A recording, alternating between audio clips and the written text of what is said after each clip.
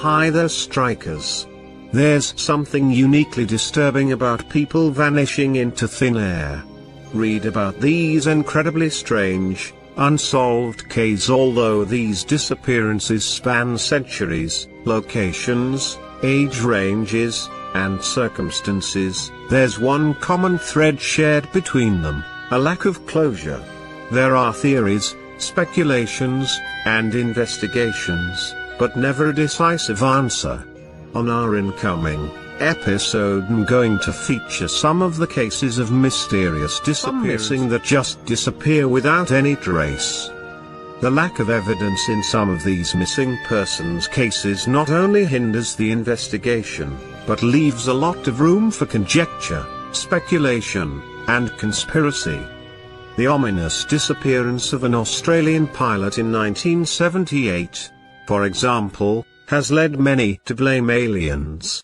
Their most chilling unsolved disappearances below involve a broad range of shadowy entities, from the Italian mafia to secretive satanic worshippers, and they have implicated some of the world's most powerful people. Tragic disappearances haunt the news headlines every day, but the strangest cases follow people who somehow reappear against all odds. From stone-cold trails to forgotten identities, here's some of the most unbelievable cases of people who disappeared and reappeared in strange and mysterious ways.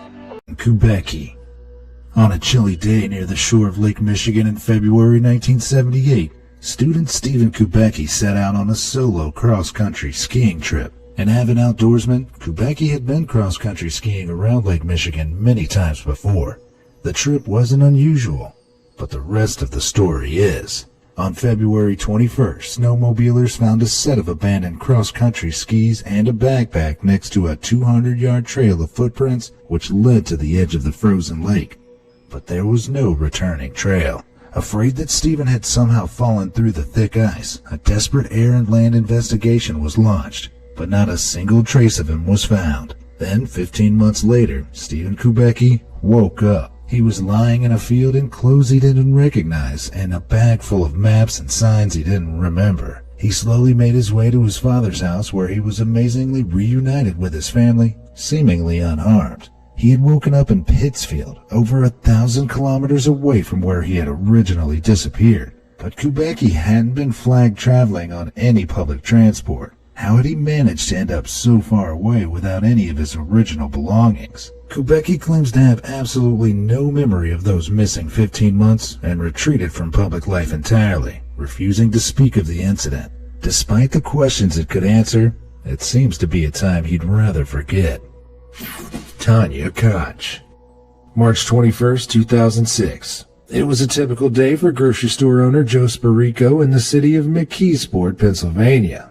A regular customer, Nikki Allen, and a man who he assumed was her father walked into the store. The woman was shaking, and out of earshot of the man quickly confided a heart-stopping fact to Mr. Spirico in just 3 words. "I'm Tanya Koch." The disappearance of Tanya Koch had haunted the town of McKeesport for more than 10 years. In 1996, at the age of 14, the young girl had vanished into thin air after leaving her father's house for school.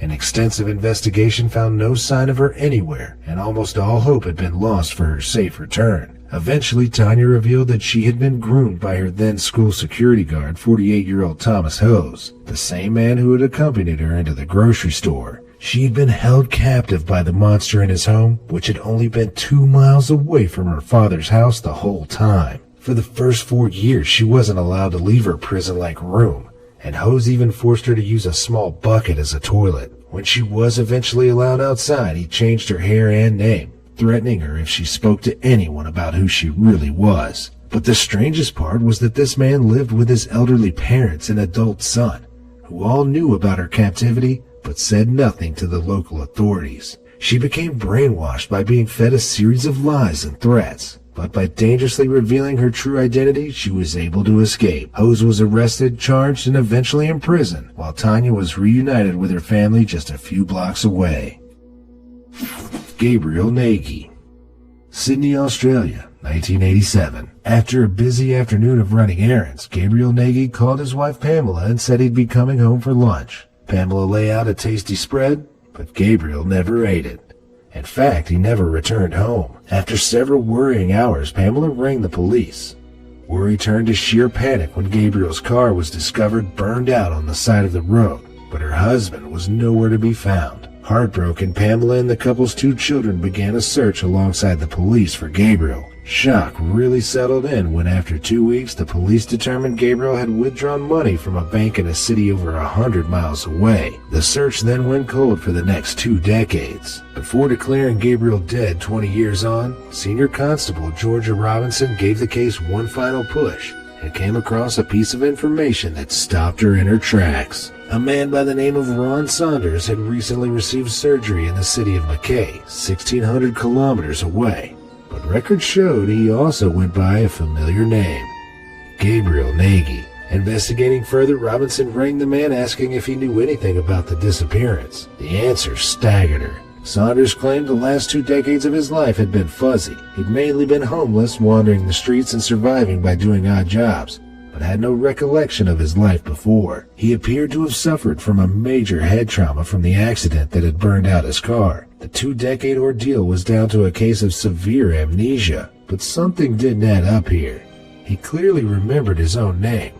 Why wouldn't he look for his family, or register himself as a missing person with police? Either way, the family are reunited, although the mystery pushes on. Tre Majorana. If you knew you could be roped into working for a terrible cause, would you try and disappear? In May 1938, the brilliant and acclaimed scientist Ettore Majorana vanished under incredibly mysterious circumstances. He boarded a boat for Naples heading for Palmero, but once the boat docked, Majorana was nowhere to be found. The crew searched the vessel high and low, but despite records of him getting on, it seems he never got off. Strangely, the boat ride was calm, so he wasn't thrown overboard.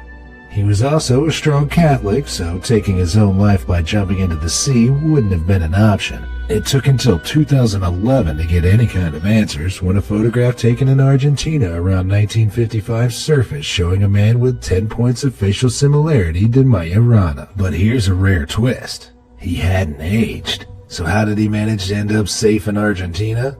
And why? Where some more creative theorists suspect time travel is at play, many believe that at the time of his disappearance, Majorana's work with neutrino masses was pulling him towards nuclear work, like the Manhattan Project. It's possible that foreseeing the amount of death his work could bring, Majorana instead chose a life of solitude where he would not be part of such terrible developments. That's really putting your morals before your mystery. Jody Roberts. On May 25, 1985, a police officer in Aurora, Colorado was called to a local mall where a potential mental patient was in custody. She couldn't remember who she was, and all she had on her at the time was an empty notepad and a Toyota car key. She was taken to the hospital where she spent 4 months contacting local press outlets to see if anyone could help her uncover her past. But all roads led to dead ends. She eventually settled on a new name, Jane D., and began to rebuild her life in Alaska. She married and had 2 sets of twins before the incredible truth came to light 12 years later. A co-worker of Dee saw a news broadcast from Seattle about the renewed search for a missing woman who had disappeared into thin air back in 1985. This woman was none other than Jody Roberts, a hard-nosed investigative journalist who had gone missing from Washington. Her family were in a state of shock and incredibly relieved they'd found her along with her new family. But there's more to this story than meets the eye. Neurology experts have cast doubt on the idea Roberts suffered so suddenly from long-term amnesia, which at this level of severity would be an indicator of an epileptic seizure. Roberts didn't suffer from epilepsy. In addition, her colleagues from Washington noted she had emptied her bank account and took several of her cats to the Humane Society before disappearing, almost as if she'd been planning on starting a brand new life. She never revealed anything more about her amnesia episode to the press. Looks like the cat got her tongue. Agatha Christie. On the brisk evening of December 3rd, 1926, the famous mother of mystery writing, Agatha Christie, walked into her daughter's bedroom, kissed her child goodnight, and was suddenly vanished off the face of the earth. After days of searching, the only clue left was her abandoned car in Guilford, England, containing her fur coat and driver's license. Her disappearance looked like it was plucked straight out of one of her novels, But the reality was much scarier. Could a crazed fan of her work have kidnapped her? Or had she orchestrated the whole thing herself for publicity? 11 days passed and the public were whipped into a frenzy when a musician at Harrogate's Old Swan Hotel rang the police and claimed he had spotted Miss Christie dancing in the hotel ballroom. After being reunited with her family, she claimed to have entered a fugue state, a kind of dissociative amnesia, and couldn't remember a thing about the incident. Police failed to nail down anything concrete about her disappearance, but one thing that did stick out was the name she had booked into the hotel with, Teresa Neal. Treacherously, her husband at the time had been having an affair with a much younger lady called Nancy Neal. Coincidence? I think not. It's possible the troubling information sent Agatha into a state of shock, or maybe she did it to get back at her cheating husband. But she never revealed exactly what happened during that time. A good mystery writer never gives the game away. Brenda Heist. It was a normal day in Latisse, Pennsylvania, 2002. Devoted mother of two, Brenda Heist dropped her kids off at school, left dinner defrosting in the kitchen, and was halfway through doing the laundry.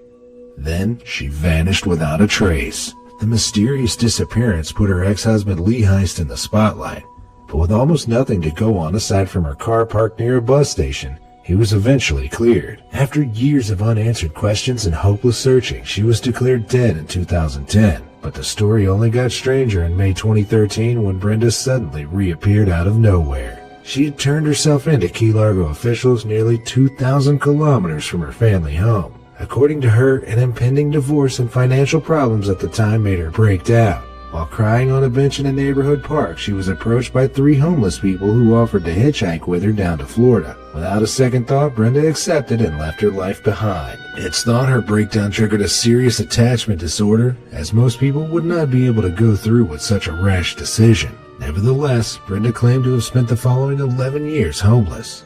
But she lied about her past and worked as a cleaner, stealing her client's driver's license and identities before the law finally caught up with her. Her daughter Morgan found it hard to forgive her estranged mother, writing on Twitter that she felt like she was in a nightmare. I can't imagine that was a happy family reunion. Which of these cases do you think is most mysterious? Let me know in the comments below, and thanks for watching.